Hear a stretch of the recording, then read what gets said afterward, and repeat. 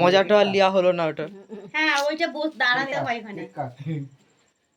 Hello, happy birthday to you. আর পুচকিটার জন্মদিনে আর কি মজা করলাম, পরে কি হলো জানতে চাও? দেখে নাও, নিচে দেওয়া আছে ভিডিও, দেখো নিচে ক্লিক করলে ফুল ভিডিও চলে আসবে। তো প্লিজ সবাই যাও, ভিডিওটি কেমন হয়েছে দেখো, আর দেখে বলো কেমন হয়েছে।